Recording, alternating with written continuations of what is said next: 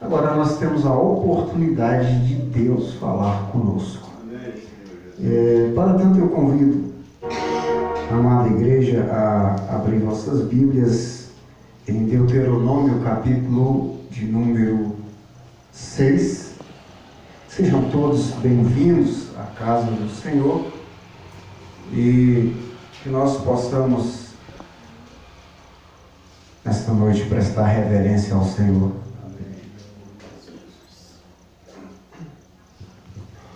Possamos prestar reverência à palavra do Senhor. Aleluia. E, sobretudo, receber de Deus o que Ele tem para nós. E olha que Ele tem muita coisa.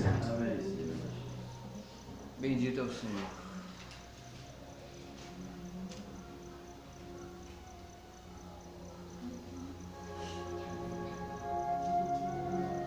Glória a Deus. Os amados encontraram? Assim sendo, vamos para a leitura da palavra, né? Só lembrando que algumas traduções têm um pouquinho de variação nas palavras, entretanto a mensagem é a mesma, viu, gente? Deuteronômio capítulo 6, versículos do 5 até o 10. A palavra diz assim: Amarás, pois, o Senhor teu Deus de todo o teu coração, de toda a tua alma e de toda a tua força. Estas palavras que hoje te ordeno estarão no teu coração. Tu as inculcarás a teus filhos e delas falarás assentado em tua casa e andando pelo caminho e ao deitar-te e ao levantar-te. Também as atarás como sinal na tua fronte, como sinal na tua mão, e te serão por sinal entre os olhos. E as escreverás nos umbrais de tua casa e nas tuas portas.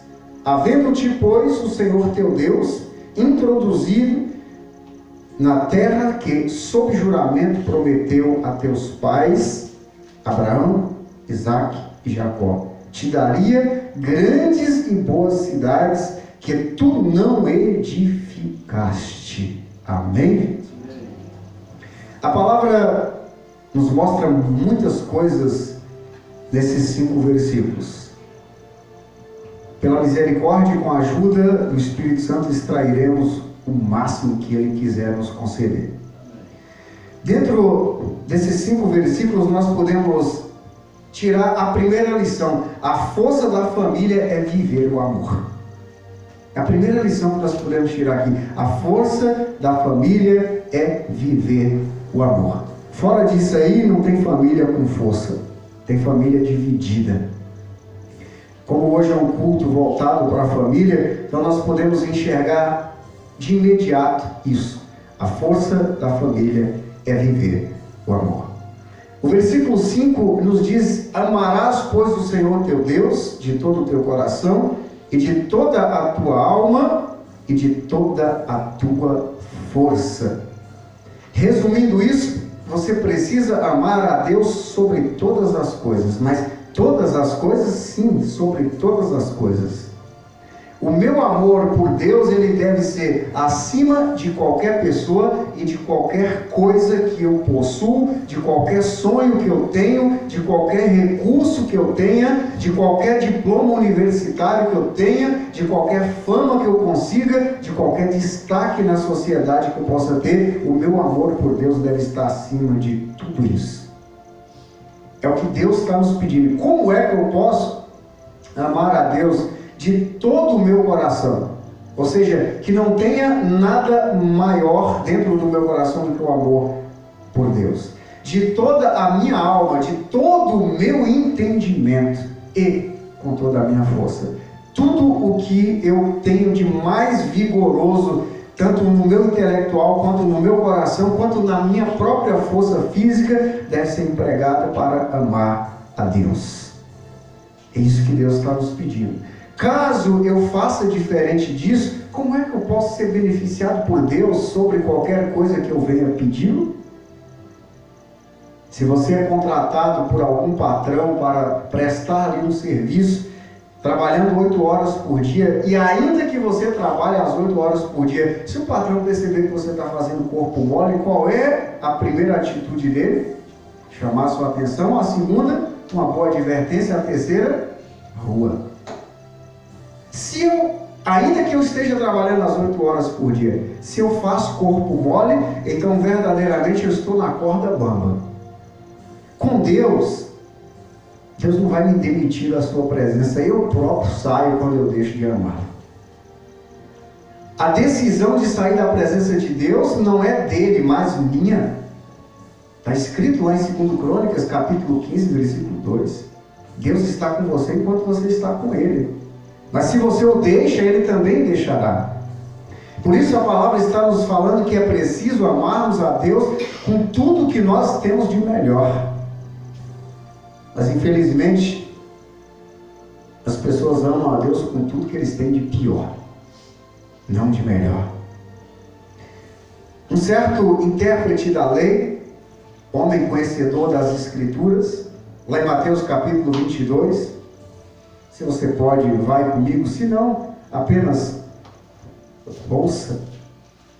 Mateus capítulo de número 22, versículos do 37 a seguir. Um certo intérprete da lei indaga Jesus acerca desse tamanho amor por Deus. Ele diz, Mateus 22, do 35 a seguir. E um deles, intérprete da lei, experimentando-o, lhe perguntou: Mestre, qual é o grande mandamento na lei? Respondeu-lhe Jesus: Amarás o Senhor teu Deus de todo o teu coração, de toda a tua alma e de todo o teu entendimento.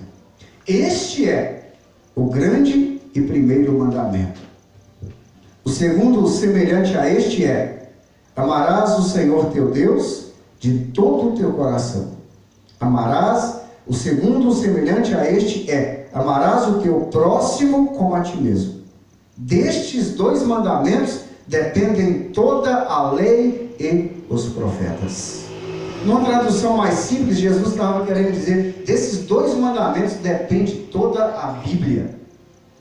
Se você não viver esses dois mandamentos, amar a Deus sobre todas as coisas e ao próximo como a si mesmo, então é inútil você dizer que acredita na Bíblia, é inútil você dizer que vive a Bíblia, é inútil você dizer que confia em Deus, é inútil você dizer que vive conforme as orientações de Deus. Se você não tem essa capacidade, tudo torna inútil quando você tenta agradar a Deus, tenta dizer que vive a palavra, tenta dizer que vive o amor, tenta dizer que tem uma harmonia perfeita em casa. Verdadeiramente você está enganando a si mesmo. Porque a palavra nos diz que se eu não coloco Deus acima de todas as coisas e depois, com semelhança desse primeiro mandamento, eu não me comporto com o meu próximo da forma que Deus quer que eu me comporte, então logo o meu amor por Deus, pelo próximo e pela palavra é um amor dividido, um amor frágil, um amor que se quebra com qualquer coisa. Verdadeiramente é preciso que nós estejamos atentos ao que a palavra nos mostra. A palavra, ela nos mostra ainda em Deuteronômio, no capítulo 11, versículo 1, lá no primeiro texto onde nós estávamos. Se você puder, até deixe esse texto marcado, ele vai ser a referência de nossa mensagem. Deuteronômio capítulo 11, versículo 1, a palavra diz: amarás, pois, o Senhor teu Deus e todos os dias guardarás os seus preceitos e os seus estatutos e os seus juízos e os seus mandamentos. É a única maneira que eu tenho de provar que eu amo a Deus. Isso é confirmado por Jesus Cristo lá em João, no capítulo 14, versículos 21 e 23. Aquele que guarda os meus mandamentos, esse é o que me ama. Versículo 23, ele diz: aquele que guarda a minha palavra, esse é o que me ama, e será amado por meu Pai, e eu e o meu Pai viremos para ele e faremos nele morada. Não tem outra maneira de eu provar a Deus que eu amo de todo o meu coração, com toda a minha força e de toda a minha alma, se eu não guardar os seus mandamentos. É um falso amor.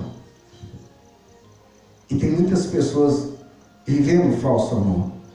Pelo menos por Deus, né?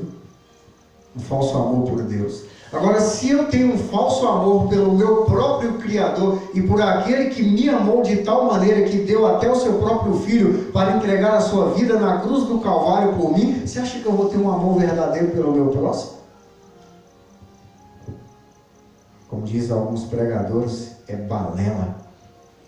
Não tem fundamento um amor que não está baseado na palavra. Lembra de Paulo em 1 Coríntios capítulo 13? O amor tudo crê, tudo suporta, tudo espera. Mas um amor que em nada crê, que nada suporta e que não espera coisa alguma, não pode ser amor. Pode ser uma atração física, um desejo, pode ser qualquer coisa, menos amor. O amor do ser humano pelo próximo, ele significa um desejo inabalável de fazer o bem pelo outro. Isso é um amor verdadeiro pelo irmão, pelo próximo. Seja filho, pai, tio, tia, esposa, é um desejo inabalável de fazer o bem pelo próximo. O amor de Deus é a vontade de Deus em ação. Ou como é boa a vontade de Deus em ação. Sobretudo quando nós fazemos a sua vontade. Mas verdadeiramente, amar ao Senhor com tudo o que somos, consiste em observar os seus mandamentos e a sua palavra. Amar a Deus com tudo que somos, não é com tudo que temos. Se nós fôssemos amar a Deus com tudo que temos, certamente seríamos prejudicados, porque não temos muita coisa. Mas é preciso amar a Deus com tudo que somos. Com o nosso pensamento, com o nosso coração, com os nossos atos, com os nossos gestos. Até porque se verdadeiramente nos comportarmos assim, todos aqueles que convivem conosco, a tendência deles é ver que vale a pena servir a Deus. Mas, quando nos comportamos como egoístas, quem vai querer seguir o Deus que eu sigo se eu sou egoísta? Quem é que vai querer servir o Deus que eu sirvo se eu não amo? Quem é que vai querer seguir o Deus que eu sigo se nem eu mesmo acredito na salvação? Quem é que vai querer servir o Deus que eu sirvo se eu sou um sujeito intransigente pregando o amor? Quem vai querer isso? Por isso é preciso que o meu exemplo, o teu exemplo, seja em primeiro lugar para conquistar pessoas para a vida eterna. Você olhou o exemplo de Cristo? Quem seguiria Cristo se Cristo se comportasse como Barrabás? Quem seguiria Cristo se Cristo se comportasse como um dos sacerdotes judeus? Quem seguiria Cristo se ele não provasse o seu amor com gestos? Quem seguiria Cristo se ele não socorresse os necessitados? Quem seguiria Cristo se Cristo não soubesse perdoar? Quem seguiria Cristo se Cristo não fosse manso e humilde de coração, como ele mesmo diz em Mateus capítulo 11, versículos 28 e 29? Quem seguiria Cristo se ele fosse arrogante? O modelo de salvação é Cristo. Mas se você quer ser modelo na tua família, na tua casa, siga Cristo. É bem simples, mas infelizmente parece que a maioria das pessoas não estão atentas a esta realidade. Se retornarmos ao texto de Deuteronômio, no capítulo 6, versículos 6 e 7, a palavra vai nos dizer exatamente isso. Estas palavras que hoje te ordeno estarão no teu coração. Tu as inculcarás a teus filhos, e delas falarás assentado em tua casa, e andando pelo caminho, e ao deitar-te e ao levantar-te. Só pode ensinar quem vive. Quem não vive não tem como ensinar. Só pode ensinar quem vive.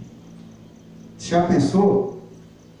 Se você queresse aprender matemática e português com lascador de lenha, não teria como. Tem que ser professor para ensinar matemática e português. Agora, se eu quero aprender a lascar lenha, eu não posso ir para o professor, tenho que ir para o lascador de lenha.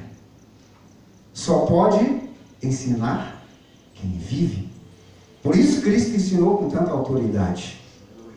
Por isso Cristo moveu corações e comove corações até os dias de hoje. Porque ele exatamente vivia o que ele ensinava. Cristo não só ensinava algo que ele ouvia, mas ele vivia o que também ele ensinava. Aí mesmo em Deuteronômio, no capítulo 12, versículo 28, vocês estão pertinho, a palavra diz: guarda e cumpre todas estas palavras que te ordeno, para que bem te suceda a ti e teus filhos depois de ti, para sempre, quando fizeres o que é bom e reto aos olhos do Senhor teu Deus. Para que tudo possa ir bem na minha vida, é preciso, entretanto, que eu guarde todas as palavras que eu ouvi, e não somente as guardar, mas também praticar. Adianta alguma coisa eu falar para você que Cristo salva se eu não acredito nisso? Adianta alguma coisa eu falar para você que Cristo ama se eu também não amar? Adianta eu falar para você que Cristo perdoa se eu não perdoar? Ora, se eu sou um divulgador da palavra de Cristo, eu tenho que viver como ela ensina. Se você é um divulgador da palavra de Cristo, você precisa viver como ela ensina. É o que o versículo 28 aqui no capítulo 12 está nos dizendo que é preciso guardar todas as palavras que o Senhor nos ordena através da Bíblia, para que vá bem em tudo que fizermos. E isso para sempre. E que nós caminhemos no reto caminho da verdade, que são os ensinamentos de Cristo. E quando fizermos isso, nós estamos verdadeiramente fazendo tudo o que é correto aos olhos de Deus. Ou seja, fazendo a vontade de Deus conforme Ele requer de nós. A palavra, ela nos diz que é preciso que tudo esteja em nosso coração. Não é isso que diz lá os versículos 6 e 7 de Deuteronômio 6? A palavra nos diz que essas palavras que te ordeno hoje estarão no teu coração. Agora, você já olhou o que Jesus diz em Mateus, no capítulo de número 12, versículo 34? A boca fala daquilo que o coração está cheio. Você já pensou se o meu coração não estiver cheio da palavra, mas cheio de ódio de qualquer coisa? Certamente não pregaria o amor, nem tampouco a salvação, muito menos o perdão. Mas pregaria aquilo do que o meu coração está cheio. Por isso que a palavra está dizendo aqui em Deuteronômio, no capítulo 6, versículo 6, que aquilo que Deus nos ensina hoje é preciso que esteja em nosso coração, para que nós verdadeiramente possamos viver não somente a palavra, mas a união entre as pessoas do nosso convívio. Você já reparou que muitas famílias hoje estão destruídas porque lhe falta amor? Parece que o amor, ou a aparência do amor que tinha no princípio, desapareceu com o tempo, com o convívio e com as lutas. Já olhou? Um outro dia eu escutei um pregador contando uma história que no princípio tinha um casal de namorado no jardim e as nuvens passando sobre a lua, e a moça disse para o rapaz: olha, as nuvens estão passando sobre a lua e encobrindo a lua. Aí ele Muito bonito, né? A natureza, como funciona, mas pode ficar tranquilo, logo as nuvens passam e a lua volta a brilhar. Um ano depois, casaram, sentaram no mesmo jardim. Veja bem, a nuvem passando sobre... Você não sabe que a vida inteira ela fez isso? Um ano depois, aquele amor já tinha acabado. Por quê? Porque verdadeiramente não guardaram no coração e nem tampouco entenderam o que é amor. As pessoas confundem atração física com amor. Amor é a decisão de amar, independente daquilo que nós verdadeiramente vemos diante dos nossos olhos. A palavra vai nos dizer ainda em Mateus, no capítulo 15, versículos 18 e 19, algo interessante a respeito de guardar ou não no nosso coração aquilo que ouvimos. Mateus capítulo 15, versículos 18 e 19, a palavra diz: mas o que sai da boca vem do coração, e é isso que contamina o homem. Porque do coração procedem maus desígnios, homicídios, adultério, prostituição, furtos, falsos testemunhos e blasfêmias. Do coração do homem, sem Deus, saem exatamente essas coisas. Mas quando no coração do homem está guardado a palavra de Deus, então sai amor, perdão, equilíbrio, mansidão e tantas outras maravilhas. Me lembra aqui do que diz Provérbios 4, 23, de tudo que você deve guardar, guarda o teu coração, porque dele procedem as fontes da vida. Mas parece que não é isso que as pessoas estão preocupadas ou ocupadas em fazer. Não guardar o seu coração das coisas ruins, mas guardar no seu coração tudo o que não presta. Não estão muito preocupados em guardar no coração a boa palavra de Deus. Como poderei ensinar as coisas se eu não as vivo? De que forma eu posso ensinar as coisas boas se eu não as vivo? Só pode ensinar quem vive. Todo mundo é sabedor disso, que ninguém pode ensinar aquilo que ele não conhece.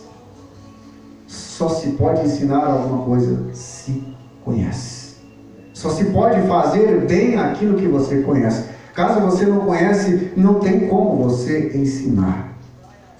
Se você retorna ao texto de Deuteronômio, onde eu pedi para você deixar marcado, Deuteronômio capítulo 6, o versículo de número 8, a palavra nos diz: também as atarás como sinal na tua mão e te serão por frontal entre os teus olhos.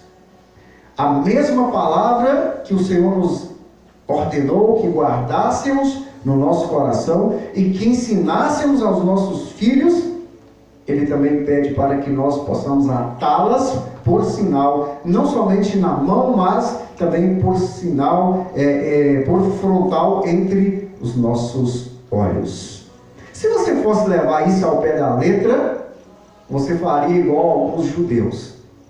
Alguns judeus, eles têm uma caixinha com a fita amarrada na testa e outra no braço esquerdo, contendo textos das Escrituras. Jesus, ele fala isso, que lá em Mateus, no capítulo 23, versículo 5. Ele relembra que os judeus levaram a palavra ao pé da letra e amarraram numa caixinha textos da Bíblia, e tanto na mão esquerda quanto na testa. Se você pode, vai comigo lá em Mateus capítulo 23, versículo 5. Para que não fiquem nas minhas palavras, porque elas absolutamente não valem nada. Mas a palavra de Deus, essa eu te garanto que vale muito. Mateus capítulo de número 23, versículo 5, a palavra diz: praticam, porém, todas as suas obras com o fim ou com a finalidade de serem vistos pelos homens. Pois alargam os seus filactérios e alongam as suas franjas. Explico, a caixinha que eu estava falando se chama filactérios. Então, era uma caixinha de couro, amarrada por uma fita, tanto na testa quanto no braço esquerdo, contendo textos da palavra de Deus. Eu não sei se você já viu umas caixinhas bem pequenininhas que contêm vários salmos. Você tira a folhinha, lê aquele salmo naquele dia. É exatamente isso que os judeus têm. E até hoje os judeus ortodoxos carregam a tal fitinha amarrada na testa e no braço. Mas não é isso que Deus quer que nós façamos. O que adianta eu ter uma caixa com textos da Bíblia amarrado na minha testa e no meu braço se eu não vivê-las? Tem algum efeito isso além de carregar peso? Nenhum. Mas a palavra está nos dizendo que não levar isso ao pé da letra, mas tê-la em nossa mente, nos nossos olhos e nas nossas atitudes. Tê-la na nossa mente, nos nossos olhos e nas nossas atitudes. É isso que a palavra está nos dizendo, que nós devemos pô-la por frontal e também na mão, né? Para que fique entre os nossos olhos. Ou seja, que o meu olhar seja como o olhar de Cristo. Que o meu pensamento seja como o pensamento de Cristo. Que as atitudes das minhas mãos sejam como as atitudes das mãos de Cristo. Afinal de contas, a palavra nos fala em Filipenses capítulo 2, versículo 5. Tende em vós o mesmo sentimento que houve também em Cristo Jesus. Se verdadeiramente nós temos em nós o sentimento que houve em Cristo Jesus, então verdadeiramente nós estamos fazendo a vontade de Deus. Então, a palavra baseada nisso, né? Carregar a palavra fisicamente, mas não espiritualmente, o diabo também não perdeu tempo com isso. Lá em Apocalipse, no capítulo 13, versículo 16, a palavra diz que aquele que não tem o sinal da besta na fronte nem na sua mão não pode comprar, nem vender, nem entrar, nem sair. Já tem um monte de gente aí dizendo que o diabo está implantando chip na mão, chip na testa, chip não sei aonde. Você acha que isso vai valer alguma coisa para quem vive a palavra de Deus? Se o diabo te obrigar em algum lugar a se encher de chip, mas se a marca do Espírito Santo estiver em você, não tem chip que vai funcionar em você. Glória a Deus. Para que nós não vivamos o que vivem os judeus, mas o que viveu Cristo, não podemos trazer para a materialidade algo que é espiritual. Tem um monte de pessoas hoje querendo materializar o poder de Deus. Vai conseguir, gente? É impossível você materializar aquilo que é espiritual. Espírito é espírito, matéria é matéria. E verdadeiramente nós precisamos estar em sintonia com a palavra para não cair nessas arapucas, nem nessas armadilhas e vivermos o amor, que é a única garantia que nós temos de ter Deus e Cristo por perto. É a única garantia que nós temos. Tem muita gente que acha que atrair a presença de Deus é fazer sacrifício físico. Não vai funcionar. O único sacrifício físico que funcionou porque tinha direção espiritual foi o sacrifício de Cristo na cruz do Calvário. Sabe por quê? Porque ele nunca pecou. Sacrifício de homem não vale absolutamente nada, porque ele, por mais santo que possa ser, ainda assim tem resquícios de pecado. Não vai funcionar o teu sacrifício humano. O único sacrifício que o homem pode fazer é cortar ligações com o mundo. Esse é o único sacrifício que o homem pode fazer e que funciona. Cortar relações com o mundo. Como é que eu posso cortar relações com o mundo se eu vivo nele? Simples. Viver nele como se não pertencesse a ele. Bem simples. Eu posso ser convidado para entrar na casa de qualquer um de vocês, mas eu não pertenço àquela casa.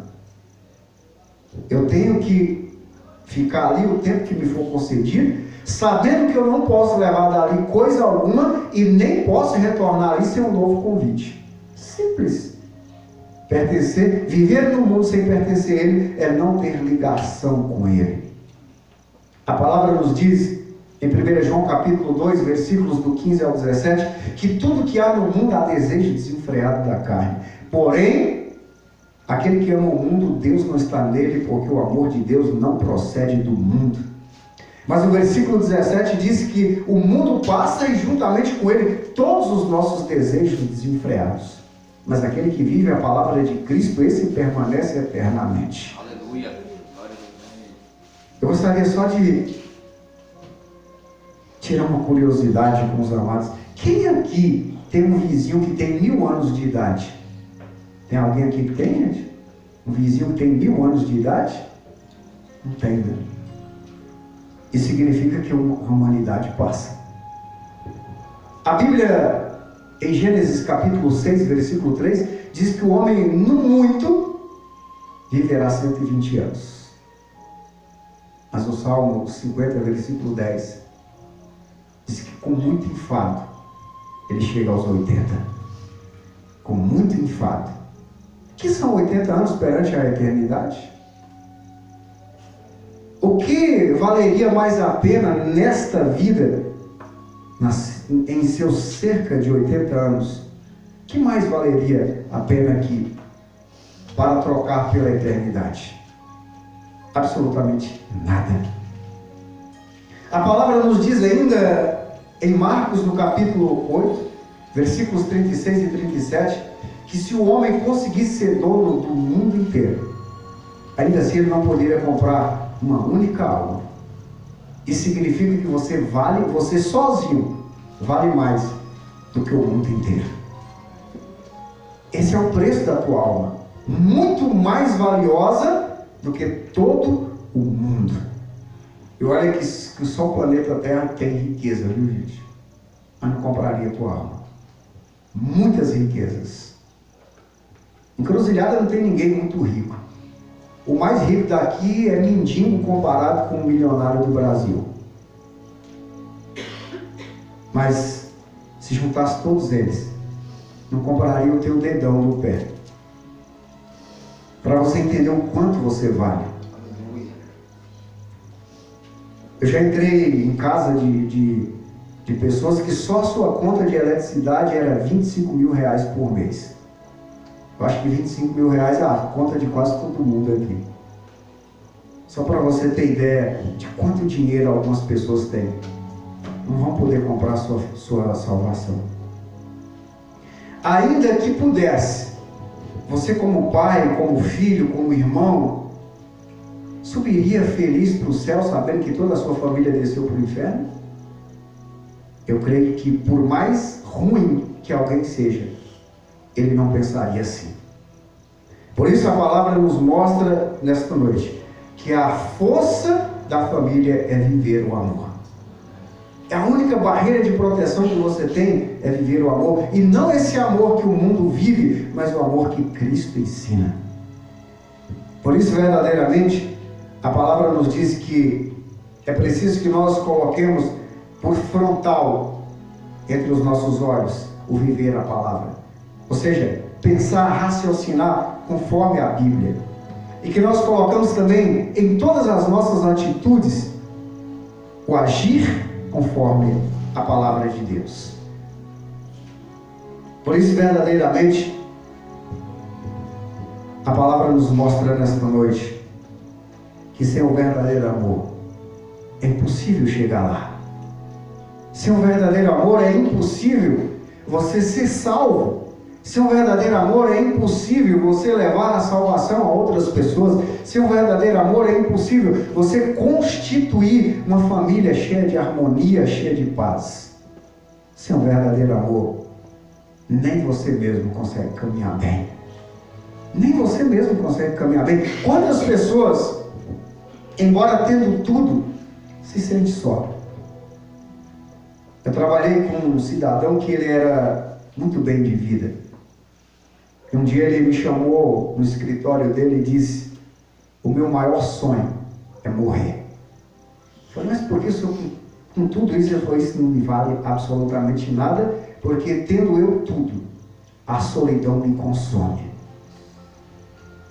Eu tentei conversar com ele algumas vezes, mas parece que a mente dele não cabia absolutamente nada que fosse bom.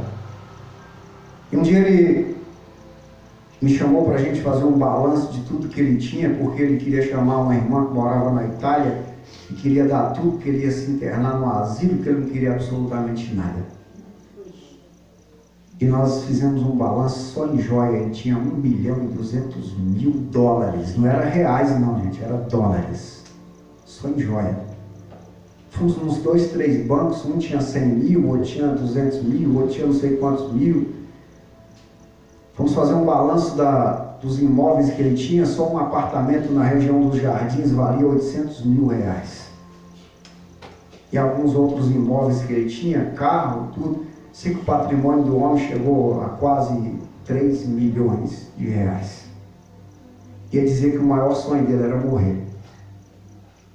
Acho que tem muita gente aqui que nem conta tem. Você quer morrer?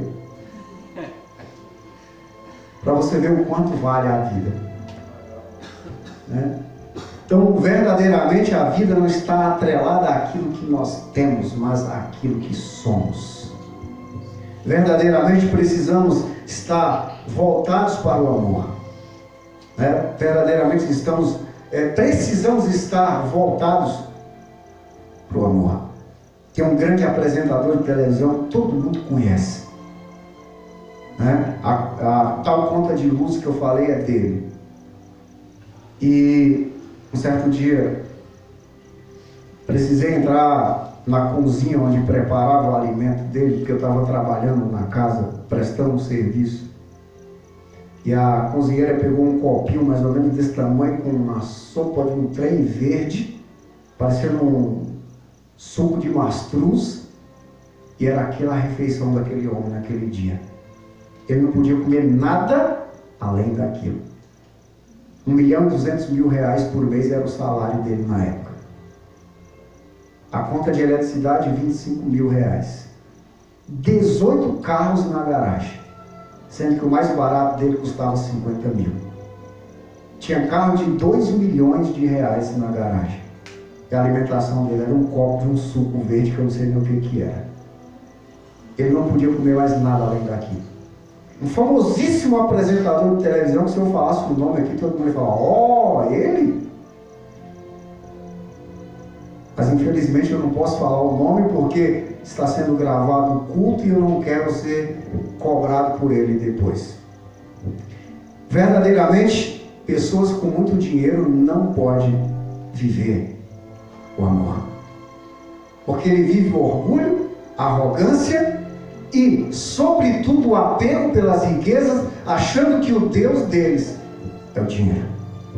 Por isso a palavra nos mostra nesta noite que é preciso, é necessário que nós coloquemos a palavra de Deus em nossos pensamentos e em nossas atitudes, se quisermos ser felizes.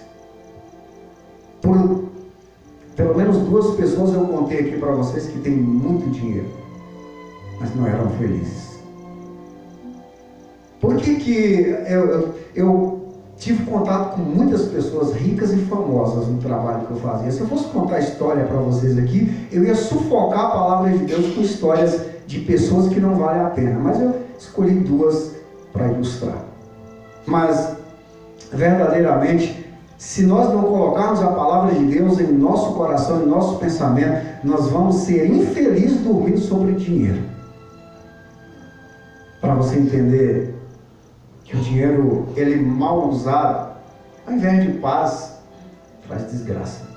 Não é o que diz Paulo na primeira carta a Timóteo, no capítulo 6? Ele diz que o amor do dinheiro é a raiz de todos os males. Primeira carta de Timóteo, capítulo 6, versículo 10, porque o amor do dinheiro é a raiz de todos os males. E alguns nessa cobiça se desviaram da fé, e a si mesmos se atormentaram com muitas dores. Dinheiro é bom, gente? Lógico, se souber usar. Mas se for para acumular, é um péssimo negócio. Eu conheço pessoas aqui, passa fome para ter dinheiro na poupança. Isso é justo? Morre doente,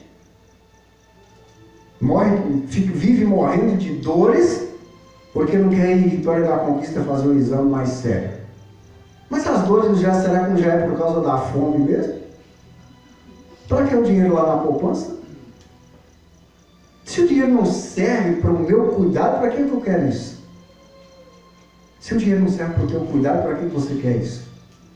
Dinheiro passa de papel que corre o risco de perder o valor imediatamente. Quantas vezes o Brasil já perdeu muito dinheiro por ter mudado o nome da moeda?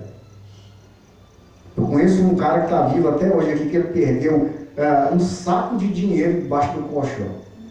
Mudou a moeda e ele deixou o dinheiro lá debaixo do colchão, não serviu para nada. Mais de 20 anos de trabalho dele jogado no lixo. Porque ele deixou o dinheiro perder o valor. E esse cara está vivo ainda. E mora aqui.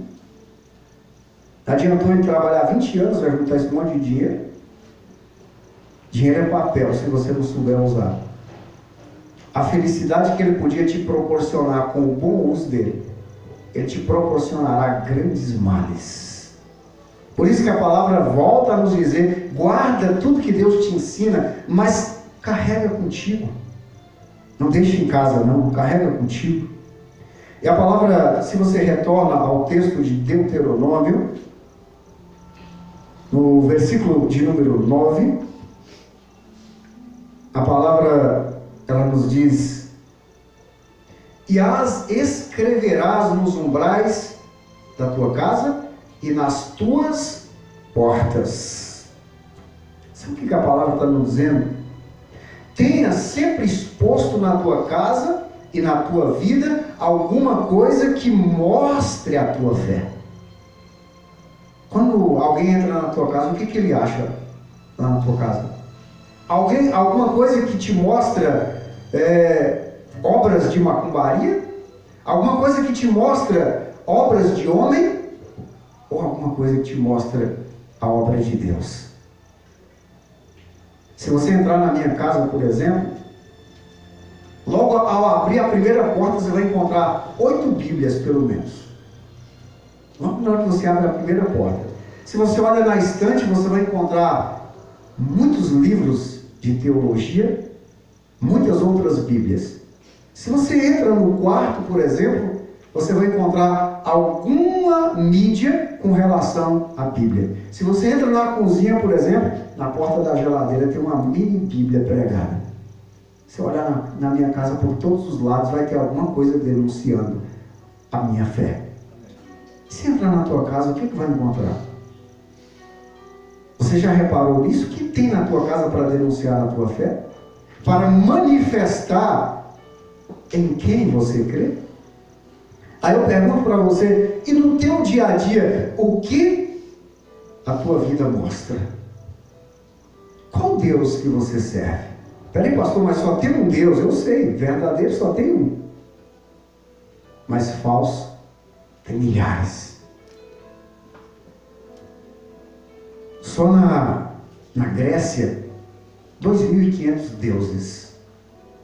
Na Índia, não se pode contar. Na China, também não dá. Até macaco é Deus lá. No Japão, tem Buda. Deve ter mais uns outros. Nos países árabes, Maomé está acima de tudo lá. Agora você pega o Brasil, que recebeu todo esse povo. Quantos deuses tem no Brasil?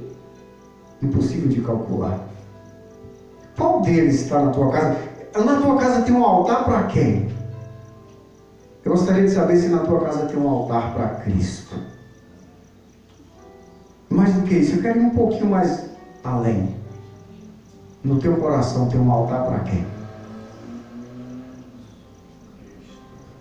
Se o nosso país recebeu todo esse povo, trazendo todos os seus deuses, quantos deuses teria no Brasil?